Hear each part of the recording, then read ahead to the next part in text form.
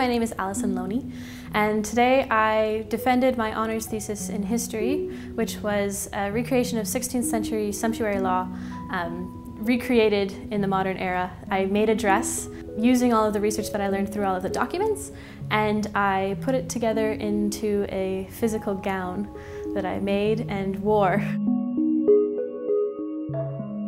Alison approached me about a year ago. She's been through quite a number of my courses. I teach early modern European history, medieval history, and she's always been interested in the material culture side of things. She's interested in costume, in dress, these sorts of things. And initially, I had that little idea floating around in my head to create the gown, but I quickly squashed that little fly because I didn't think that it would be physically possible.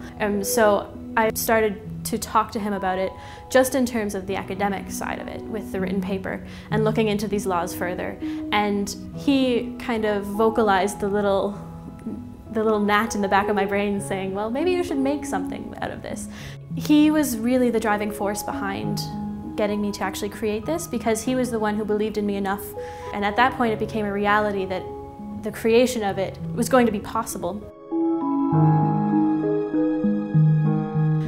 The era that is created is late 1580s, and it's a very high noblewoman's gown. The types of fabrics that are available today don't match what was available in the 16th century. So instead of using the absolute material, I looked for more of an aesthetic adherence to the laws. So instead of looking for scarlet silk, I used a polyester, but in the same kind of color and the same design that would have been used back then. In the actual gown itself, there's about 30 meters.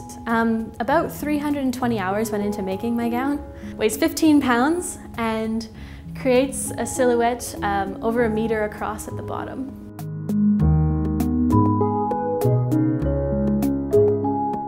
This is really experiential learning at its heart. It is an excellent project because what Alison has done is she's understood the enormous amount of work that went into producing one of these things. I feel like that's a very valuable experience for this. You see it and it looks beautiful and you can assume that it takes a lot of work, but until you actually make it, you have no idea. But the other side of it is that she's recreating the experience of being a lady from the 1580s and what all of that means. So actually wearing the dress tells her a lot about how women could function and operate.